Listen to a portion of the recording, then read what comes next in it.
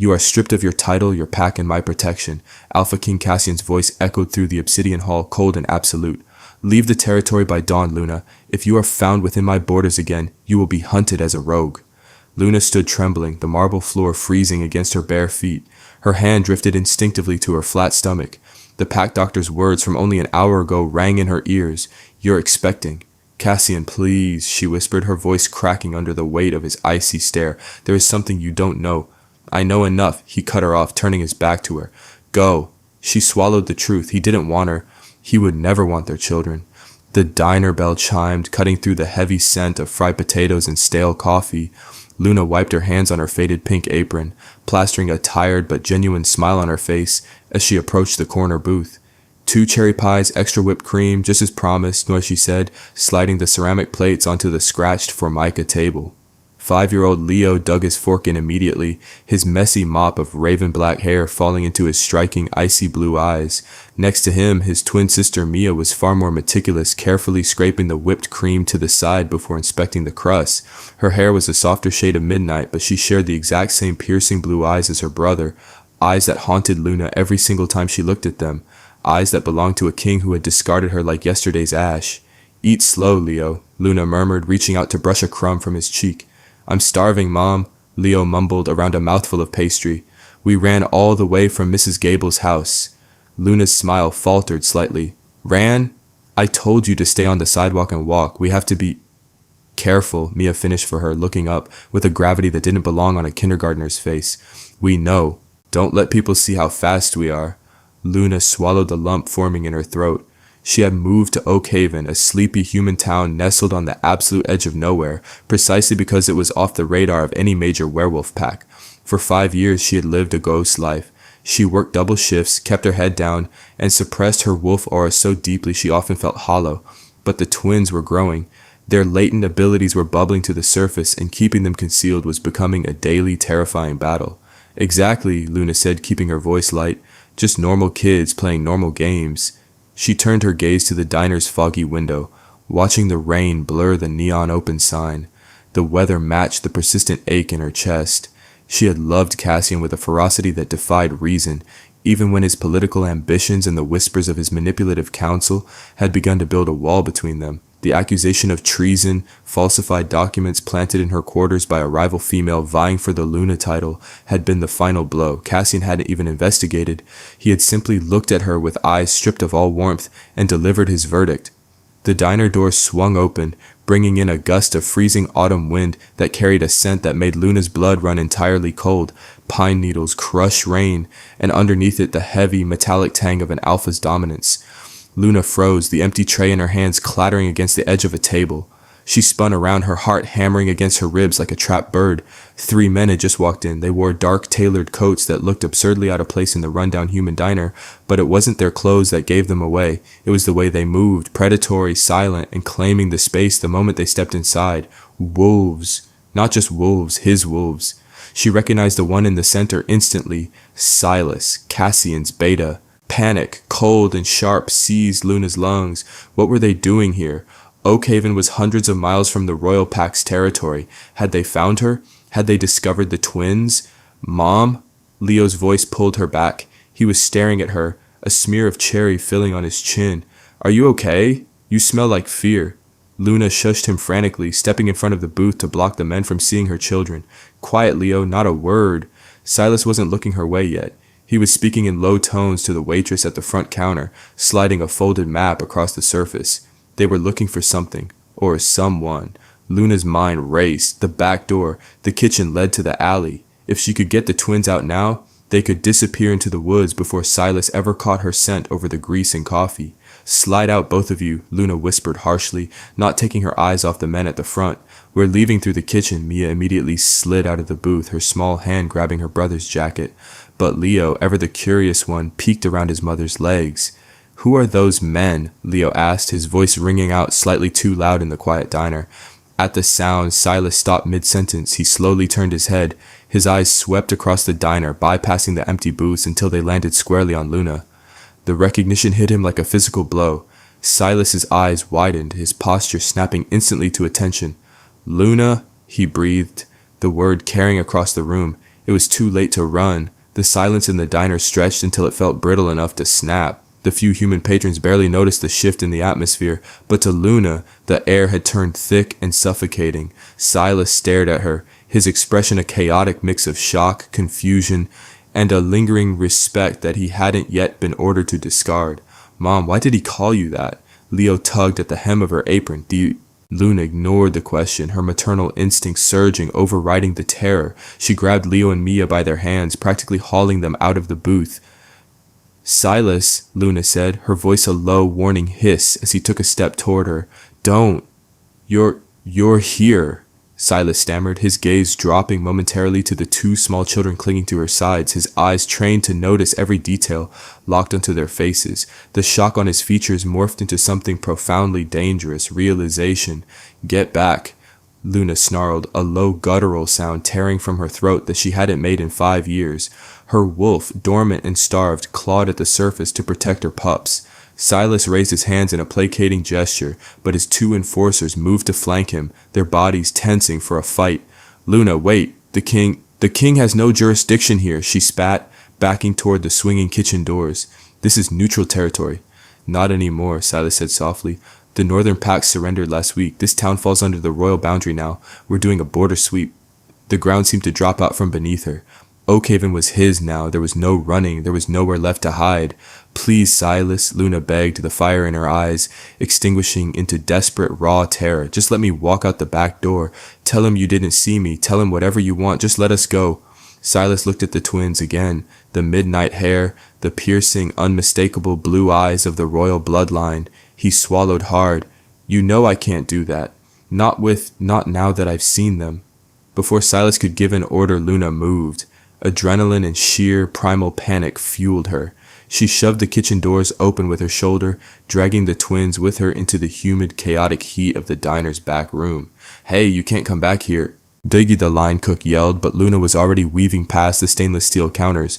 "Keep running, babies, don't stop," she cried out. She burst through the heavy metal exit door, spilling out into the cold, rain-slicked alleyway. The garbage dumpsters smelled rancid, but the open air meant freedom. She scooped Mia into her arms, grabbing Leo's hand again, and sprinted toward the main street. If she could make it to her beat-up sedan parked 2 blocks away, they might have a chance. Behind them, the metal door slammed open, the heavy boots of the enforcers splashed in the puddles. They were faster. They were always going to be faster. Luna rounded the corner out of the alley onto the main sidewalk, her chest heaving, the rain plastering her hair to her face. She was so focused on looking over her shoulder that she didn't see the wall of a man stepping out of a sleek black SUV, idling at the curb. She slammed into him hard, the impact knocking the breath from her lungs. She stumbled backward, clutching Mia tighter, and looked up to apologize, to scream, to do anything to get past. The words died in her throat. The world stopped spinning. The rain seemed to freeze in midair. Standing before her, looking exactly as imposing, breathtaking, and terrifyingly cold as the day he banished her, was Alpha King Cassian. He was taller than she remembered, his shoulders impossibly broad under a bespoke charcoal suit that clung to his muscular frame. His jaw was clenched, his expression unreadable, but his eyes, those striking, icy blue eyes, were locked onto her face. For a second, there was a flicker of something in his gaze. Surprise? Pain? It was gone before she could name it, replaced by a mask of hardened stone. "Luna," his voice was a deep rumble that vibrated through the pavement, slipping straight into her bones. She couldn't speak, she couldn't breathe. She instinctively stepped back, trying to push Leo behind her legs, trying to shield them both with her own body. Cassian's gaze flicked down. He finally noticed the 2 small figures huddled against her. Leo, unbothered by the tense silence, peered around Luna's leg. He tilted his head, his brow furrowing as he looked up at the towering man blocking their path. He stared at Cassian's raven hair, and then directly into Cassian's eyes. Mia, held in Luna's arms, turned her head to look at the man as well. Cassian froze, the Alpha King, a man who had commanded armies and brought entire territories to their knees, stopped breathing. The color drained from his face as he stared down at the 2 5-year-olds. The silence was absolute, broken only by the patter of rain against the asphalt. Then Leo pointed a small, pudgy finger at the king. He looked up fearlessly, tilting his head as he studied the man's features. "You look like us," Leo stated, his young voice crystal clear in the quiet street. The rain continued to fall, a freezing deluge that soaked through Luna's thin cotton apron. but she couldn't feel the cold. The only thing registering in her veins was the suffocating, overwhelming heat of the Alpha King standing inches away. Cassian did not move. He seemed entirely paralyzed, a man turned to granite by a 5-year-old's innocent observation. His icy blue eyes darted frantically from Leo's face to Mia's, tracing the line of their jaws, the slope of their noses, and the unmistakable deep azure of their irises. A mirror reflection of his own soul staring back at him in the rain. Slowly, as if moving through deep water, Cassian drew in a breath. The action expanded his massive chest, and Luna watched his nostrils flare as he took in their scent. Werewolves didn't need DNA tests. Scent was absolute. Beneath the smell of cheap diner grease and cherry pie, the twins carried the crisp, sharp scent of winter pine and ozone, the exact signature of the royal bloodline, intertwined flawlessly with Luna's soft wild vanilla. "Mine," Cassian whispered. The word wasn't a question, it was a physical weight dropping between them, vibrating with a possessive resonance that made Luna's wolf thrash against her ribs in sheer terror. "No!" Luna snapped back, her voice shaking but fiercely sharp. She shoved Leo fully behind her legs and gripped Mia so tightly the little girl whimpered. "They are mine." Cassian's eyes finally snapped up to meet hers. The hardened mask he had worn for 5 years had fractured, revealing a storm of unimaginable chaos underneath. Betrayal, shock, and a terrifying, possessive fury warred on his strikingly handsome face. "How old are they, Luna?" His voice was dangerously low, barely audible over the patter of the rain, yet it carried the undeniable, crushing weight of an alpha command. Luna gritted her teeth, using every ounce of her willpower to resist the urge to submit to that tone. "That is none of your business. Let us pass, Cassian, now." She tried to step around him, but he moved with blinding speed, entirely ignoring the human street around them. He planted his massive frame directly in her path, his chest almost brushing her shoulder. "How old?" he repeated, the rumble in his chest vibrating through the damp air. Before Luna could formulate a lie, the sound of heavy boots splashing into puddles echoed from the alley behind her. Silas and the 2 enforcers burst onto the sidewalk, completely cutting off her retreat. She was boxed in. The street was practically empty due to the storm, but even if there had been witnesses, no human would intervene against 4 men who moved with the predatory grace of apex predators. Silas skidded to a halt, taking in the tableau. His eyes widened as he looked from Cassian to the twins, the realization finally clicking into place for the beta. "Alpha," Silas breathed, bowing his head immediately. "We found her in the diner. We didn't know." "Silence," Cassian commanded without looking away from Luna. His gaze was burning a hole straight through her. He reached out, his large callous hand hovering just inches from Leo's wet hair. Luna slapped his hand away. The smack echoed sharply down the street. The 2 enforcers behind Silas instantly snarled, stepping forward to defend their king, but Cassian threw a hand backward, silently ordering them to stand down. He didn't blink at the strike, he just stared at the red mark blossoming on the back of his hand, as if realizing for the first time that Luna was truly real. "Get in the car," Cassian said, his voice dropping all emotion, leaving only a chilling, hollow authority. "I would rather die," Luna spat, clutching her children closer. "I told you, this is neutral territory. You have no right to touch us." "The northern borders fell a week ago. You are standing on my land, Luna," Cassian replied, taking a step closer, crowding her space until she was forced to lean back against the slick brick of the building. "You are harboring my heirs. I am not asking you, I am telling you. Get in the SUV before I make a scene that terrifies them and carry all 3 of you in there myself." Luna looked at his eyes. She saw the absolute terrifying truth there. He wasn't bluffing. He would tear the street apart if she pushed him. She looked down at Mia, whose bottom lip was trembling, and Leo, who was staring at the tall men with wide guarded eyes. They were getting cold. They were starting to get scared. "If you try to take them from me," Luna hissed, her voice dropping to a deadly maternal whisper, "I will rip your throat out, Alpha King or not." Cassian's jaw tightened. "Just get in the car." "Just shoot your..." With a trembling breath, Luna turned and ushered the twins toward the black SUV. Silas practically scrambled to open the heavy rear door for her.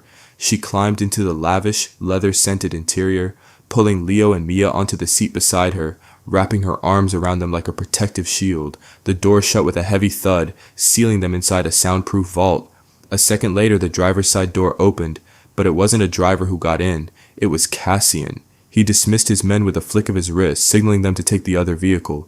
He started the engine, the powerful machine roaring to life. The heat blasted instantly, warming the freezing cabin.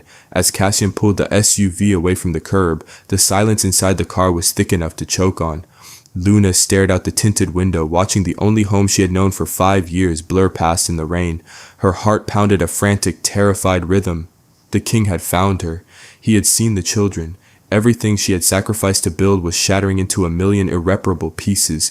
In the rearview mirror, Cassian's icy blue eyes flicked back to look at them. He wasn't looking at Luna.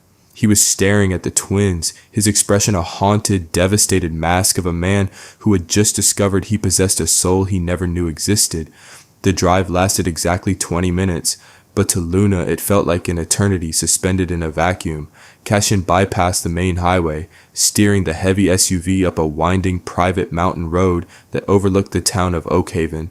They pulled through a set of imposing wrought iron gates, the tires crunching against a gravel driveway until they stopped in front of a sprawling, ultra-modern estate made of dark timber and vast expanses of bulletproof glass. It was a pack border house, a fortress masquerading as a luxury home. Cassian killed the engine. He didn't look back as he spoke. "Bring them inside. The storm is getting worse." Luna didn't wait for him to open the door. She practically scrambled out, herding Leo and Mia up the wide stone steps. The front door was already unlocked, swinging open to reveal a massive, open-concept living area with a roaring fire and a sleek stone hearth. It was stark, beautiful, and entirely devoid of warmth. Cassian stepped inside behind them, locking the heavy door with a decisive click that made Luna flinch.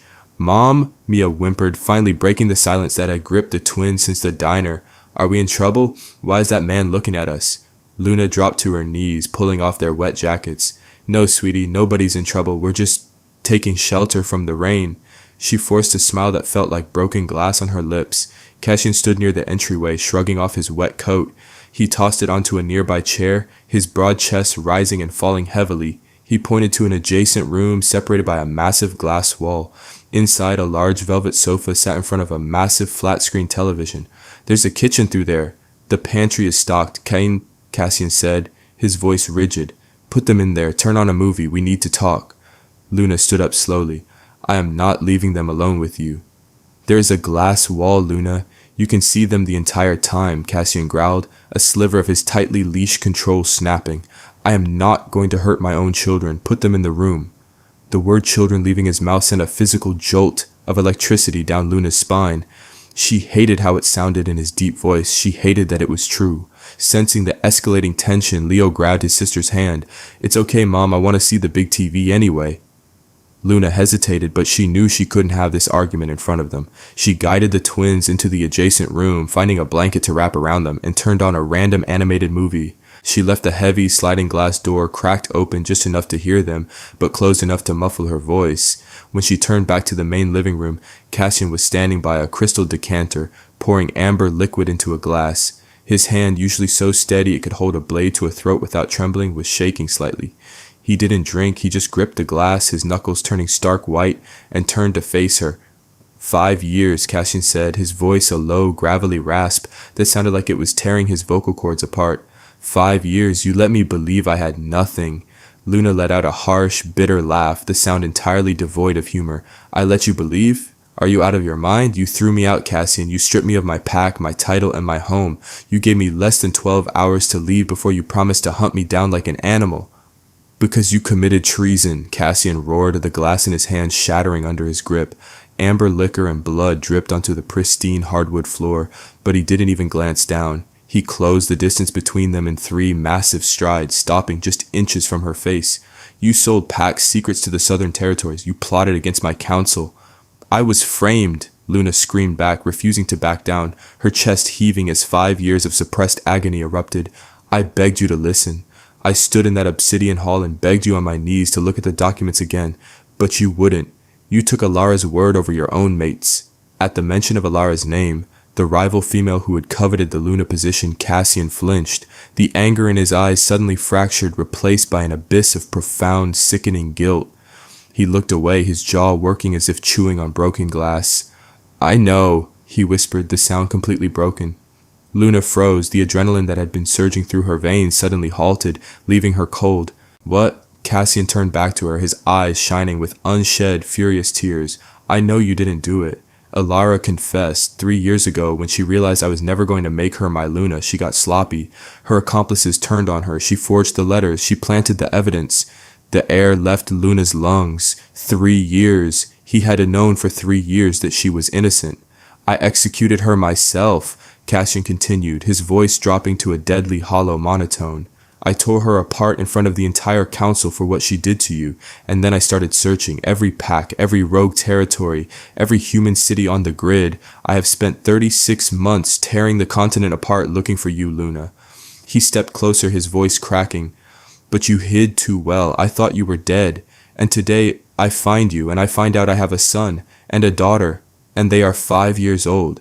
Cassian raised a trembling hand, burying it in his dark hair as he looked at her with pure agony. "Why didn't you tell me that day? Why didn't you tell me you were pregnant before you left?" Luna stared at the man who had broken her heart, feeling the tears finally spill over her eyelashes. "I tried to, Cassian," she whispered, her voice trembling with the ghost of that horrific day. "I said, there is something you don't know.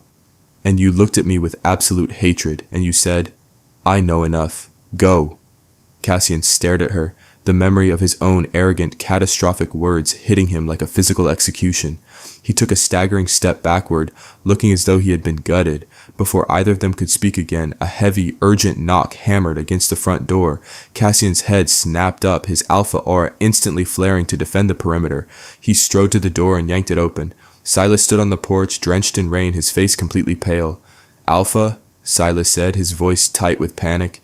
"I just got a secure transmission from the High Council. They were monitoring the border sweep. They know you pulled a rogue female into a pack vehicle." Cassian's eyes narrowed. "I will deal with the Council." "Sir, you don't understand." Silas swallowed hard, looking past Cassian to where Luna stood. "They accessed the town's street cameras. They saw the children's faces. The Council is demanding your immediate return to the capital, and they are demanding the twins be brought in for a bloodline assessment." Silas paused, his eyes reflecting sheer terror.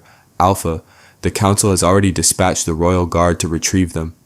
The words Royal Guard dropped into the quiet of the room like a live grenade. For a fraction of a second, the only sound was the crackle of the fireplace and the muffled, cheerful music of the animated movie playing in the adjacent glass-walled room.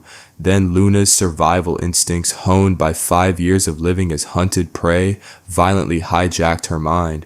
"No," Luna gasped, the blood draining completely from her face. "No, they will not touch them. They will not take my babies." She pivoted, her bare feet slipping slightly on the pristine hardwood, and lunged toward the glass room. She had no plan other than to grab Leo and Mia and run into the storm, to disappear into the treacherous mountain terrain where helicopters and heavily armored vehicles couldn't easily follow. She didn't make it 3 steps. Cassian's hand clamped around her upper arm, his grip like a vice of solid iron. "Let me go!" Luna shrieked, twisting wildly, her fingernails digging into the back of his hand. Her wolf clawed at her mind, desperate to break free, to shift and tear at the throat of the man holding her back. "Cassian, let me go. You know what the Council does. If they take them, they'll isolate them. They'll mold them into weapons. They'll kill me." "Luna, stop!" Cassian roared, not in anger, but in sheer desperation. He didn't pull her back. Instead, he stepped into her space, wrapping his other arm around her waist and pulling her flush against his chest, pinning her arm so she couldn't hurt herself in her panic. "Stop. Look at me." She thrashed against him, a sob tearing from her throat. She could smell the crisp pine and ozone of his scent, a scent that used to mean safety, but had become her worst nightmare. "Look at me," he commanded, his voice dropping an octave, laced with an alpha's compulsion that forced her frantic eyes up to meet his. His face was inches from hers, his icy blue eyes completely wild, stripped of every ounce of the cold, calculating king he usually portrayed. "I am not going to let them take our children. Do you hear me? I will slaughter every single member of the guard before I let them touch a single hair on their heads." Luna stopped fighting, her chest heaving against his as she stared into his eyes. The absolute murderous conviction she saw there stole her breath. He meant it. He was fully prepared to go to war with his own government for the children he had only known existed for 20 minutes. Slowly, Cassian loosened his grip, letting his hands slide down her arms. He turned his head toward the open front door, his aura expanding until the air in the room felt heavy and suffocating to breathe. "Silas," Cassian ordered, his voice echoing with lethal authority. "Lock down the estate, drop the blast shields, jam all cellular and encrypted frequencies within a 5-mile radius. I want this mountain dark." Silas remained frozen on the porch, the rain plastering his hair to his forehead. "Alpha, locking out the Royal Guard is an act of treason against the High Council. They will declare you rogue. They will invoke the right of rebellion. Let them," Cassian snarled, his fangs elongating slightly as he stepped toward his beta. "For 3 years, I have let those corrupt politicians run the territories because I was too busy tearing the world apart, looking for my mate to care about a throne. They think I am weak. They think they can claim my heirs to control the crown." Cassian grabbed the heavy oak door. Initiate the lockdown, Silas, or I will find a new beta tonight. Silas swallowed hard, bowing his head sharply. Yes, Alpha. Cassian slammed the door shut, twisting the heavy deadbolts. A second later, a deep, mechanical hum vibrated through the floorboards. Luna watched in stunned silence as thick, reinforced steel shutters began to slide down over the massive panes of bulletproof glass, blocking out the storm and sealing the house in an impenetrable steel shell. The political reality of the situation crashed over Luna. When Cassian had banished her, the High Council had been the ones pushing for her exile, whispering poison in Cassian's ear. With her gone and Alara executed, Cassian had produced no heirs. The Council had grown powerful in his distraction. Now 5-year-old royal twins were the ultimate prize. If the Council possessed them, they possessed the future of the kingdom, and they would absolutely execute a rogue mother to sever any competing loyalty. How long do we have? Fight? Luna asked, her voice trembling, but finding a shred of its former strength.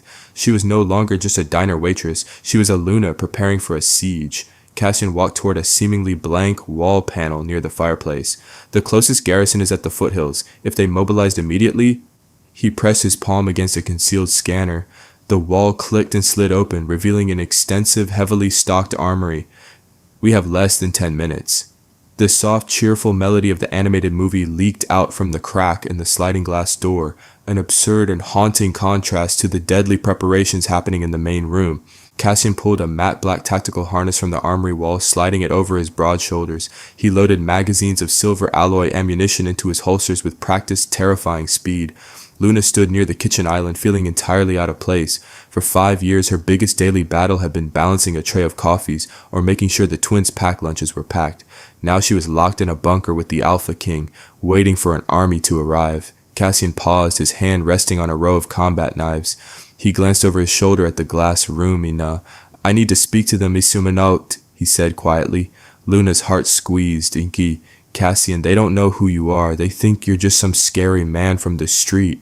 I know, he replied, the pain evident in the tight line of his jaw, but I need them to listen to me when the shooting starts. If they panic and run, I can't protect them. Without waiting for her permission, Cassian walked toward the glass room. He slid the heavy door open and stepped inside. Luna followed closely, lingering in the doorway, her muscles tense. Leo and Mia looked up from the television. The movie cast a soft blue glow across their faces. Mia pulled her blanket tighter around her shoulders while Leo instinctively shifted closer to his sister, placing himself slightly in front of her. It was a protective, dominant gesture that made Cassian stop in his tracks. The Alpha King, a man who commanded absolute submission from thousands, slowly sank to one knee, lowering himself so he was eye level with the 5-year-olds. Leo, Mia, Cassian started, his deep voice impossibly soft. How do you know our names? Leo asked, his brow furrowing in suspicion. My mom didn't tell you. Cassian glanced up at Luna, an ocean of regret swimming in his eyes before looking back at his son. I know a lot of things about you. I know you're brave, and I know your mom has done an incredible job keeping you safe. He paused, taking a slow breath. But right now, there are some bad men coming up the mountain. They want to take you away from your mother. Mia gasped, her small hands clutching the fleece blanket. Why? Because they are afraid of you, Cassian said honestly, refusing to lie to them. Because you are very important. But I need you to promise me something. No matter what you hear outside this room, no matter how loud it gets, you do not leave this sofa. You stay behind this glass and you stay with your mother. Can you promise me that? Leo looked at the massive man kneeling before him. He looked at Cassian's broad shoulders, the weapon strapped to his chest, and then directly into his icy blue eyes. Are you going to fight the bad men? Leo asked. I am. Cassian swore, his voice rumbling with a solemn vow. I will not let them through that door. Not ever. Mia reached out, her tiny hand brushing against the dark fabric of Cassian's shirt. You smell like the forest, she whispered, like the trees behind our house. Cassian closed his eyes, a muscle feathering in his cheek as he absorbed the touch of his daughter for the very first time. He gently covered her small hand with his massive one. I promise you, you are safe tonight. He stood up, his demeanor shifting instantly from a gentle father back to a lethal apex predator. He walked past Luna, stopping by the armory wall. He reached out and unclipped a beautifully crafted silver alloy short blade with a leather-wrapped hilt. He turned and held it out to Luna, handle first. You always favored the short blade, Cassian said quietly. Close quarters, fast. Luna stared at the weapon. It was an exact replica of the ceremonial dagger she used to carry as his Luna. He had remembered. Despite the years, the anger, and the banishment, he remembered how she fought. She reached out and took the hilt. The familiar weight of the weapon grounded her. Cassian. Before she could finish the sentence, a low, rhythmic thumping sound vibrated through the floorboards, cutting through the heavy insulation of the house. It wasn't the storm. It was the mechanical, heavy beat of helicopter rotors slicing through the rain. A red light on the security panel near the door began to flash furiously. Silas's voice crackled over the secure internal comm system.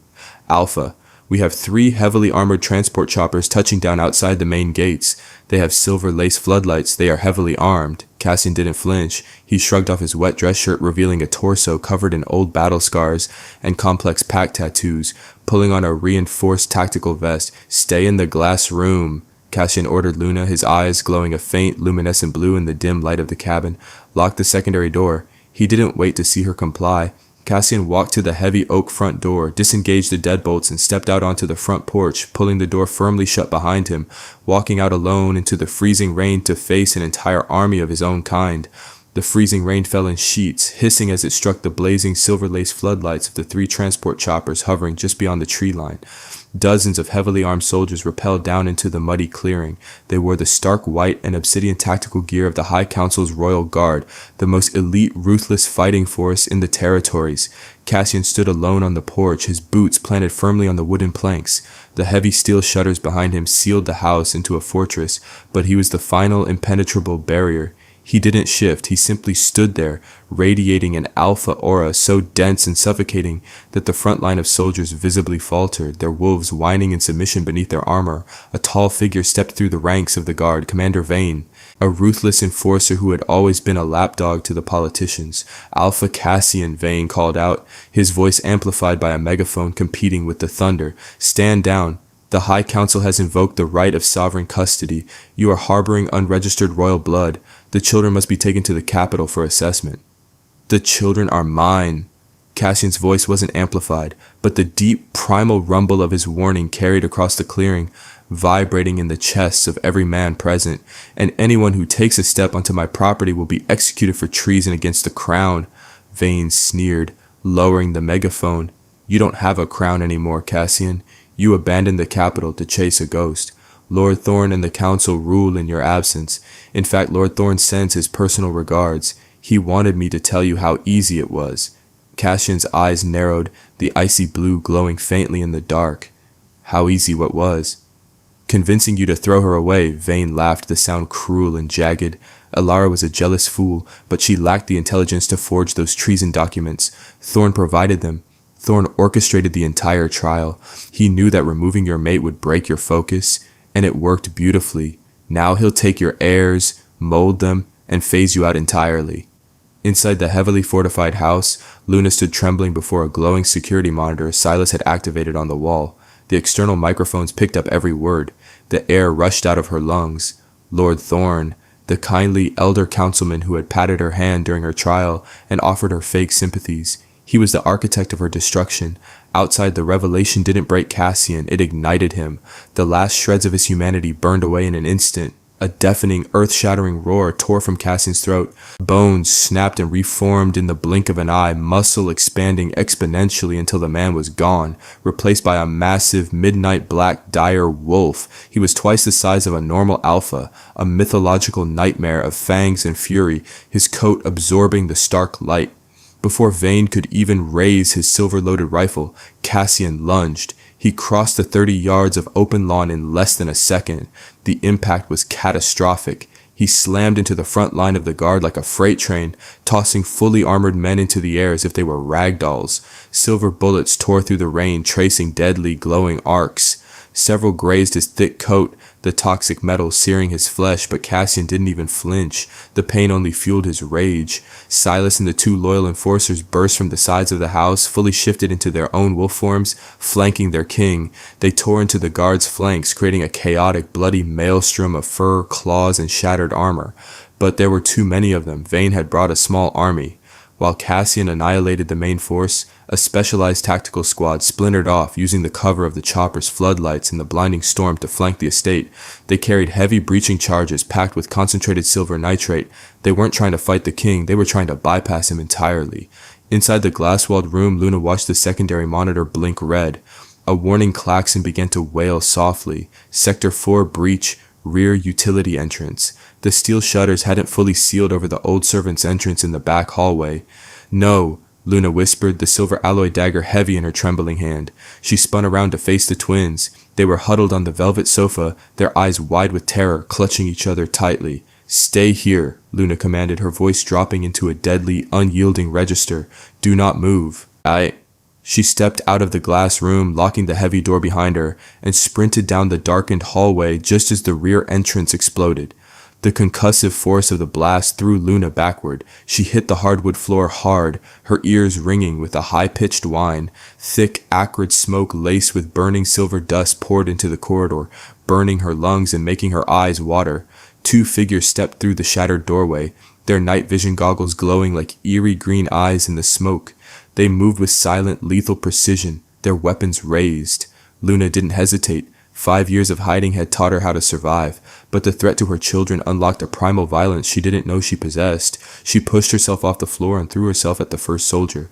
She ducked under the barrel of his rifle, driving the silver alloy dagger upward into the weak point of his tactical armor beneath his arm. The man grunted, dropping his weapon as he collapsed. But the second soldier was faster. He swung the butt of his rifle, catching Luna squarely in the ribs. The sickening crack of bone echoed in the hall. Luna gasped, stumbling sideways against the wall, dropping her dagger. The soldier grabbed her by the throat, hoisting her off her feet. He slammed her back against the drywall, cutting off her air supply. "Secure the mother," the soldier barked into his comms piece. Moving to acquire the targets. Luna clawed desperately at his armored gauntlet, her vision blurring at the edges. She kicked out, trying to break his grip, but he was too strong.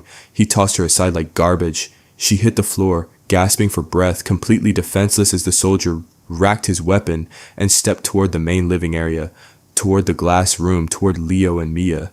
"No!" Luna rasped, trying to crawl after him, her broken ribs screaming in agony. The soldier reached the living room. Through the glass, he saw the twins. He reached to his belt, pulling out a localized breaching charge to blow the glass door. Inside the room, Leo stood up. He didn't cry. He didn't hide behind the sofa. The 5-year-old boy stepped directly in front of his sister, placing his small hands flat against the thick glass. Luna watched from the hallway, her heart stopping. "No, baby, run!" She tried to scream, but the words wouldn't come. Leo's eyes, normally a bright, icy blue, suddenly ignited. They didn't just glow, they flared with a blinding, terrifyingly pure white-blue light, like a star going supernova. Beside him, Mia stood up, her small hands grabbing her brother's shirt, her own eyes flaring with the exact same celestial fire. The air in the house suddenly became impossibly heavy. The temperature plummeted. Frost instantly spiderwebbed across the glass, creeping across the floorboards. It wasn't just an alpha aura, it was something ancient, something raw, the pure, unadulterated power of a royal bloodline that had been pushed to the absolute brink of extinction. The soldier froze, his hand hovering over the detonator. He began to tremble violently. The power radiating through the glass was so absolute, so suffocating, that it forced his wolf into violent, agonizing submission. "Submit." A voice echoed through the house. It wasn't Leo's voice. It was a dual resonance, a layered, booming command that sounded like the earth cracking open.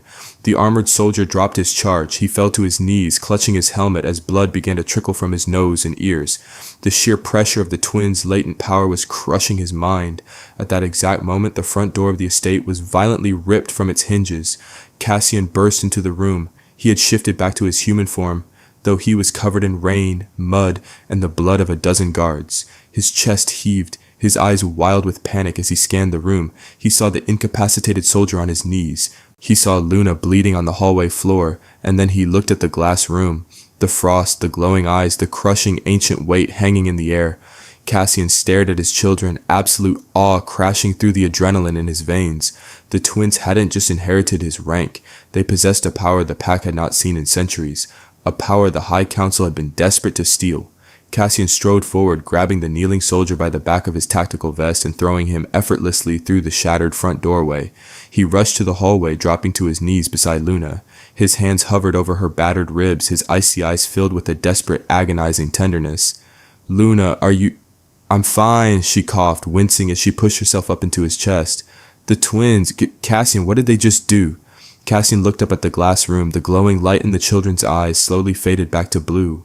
Leo looked at his hands, confused, before bursting into frightened tears, instantly turning back into a terrified 5-year-old boy. They survived, Cassian said, his voice a low, lethal vow as he pulled Luna into his arms. And now we are going to the capital, and we are going to burn the High Council to the ground. Thank you so much for reading Banished by the Alpha King while pregnant. Years later, her twin said, you look like us.